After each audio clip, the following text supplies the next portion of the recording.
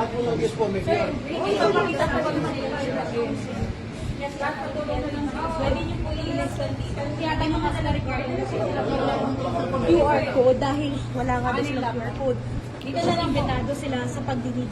Oh, ito, ang invitasyon nila, hindi naman nila sinabing mag-QR code kami. O, tingnan nyo.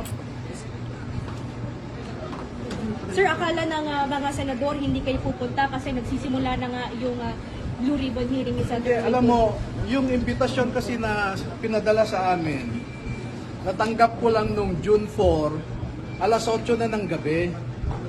Eh, nakauwi na sa mga probinsya yung ibang mga 18 soldiers, no? So, kinausap ko pa sila na kung maaari bumalik sila.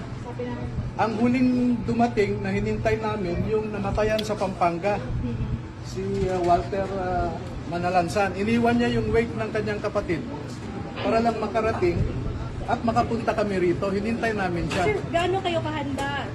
Especially worst case scenario, baka posibleng magkaroon ng site in contempt. Hindi natin alam sa ongoing na pagdinig po.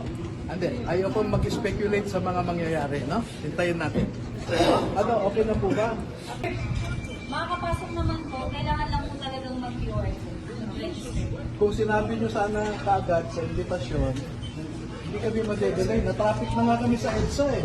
Mabilis lang naman po sir, i-approve naman natin. O pwede bang doon na lang nyo kami QR? Hindi na lang sir,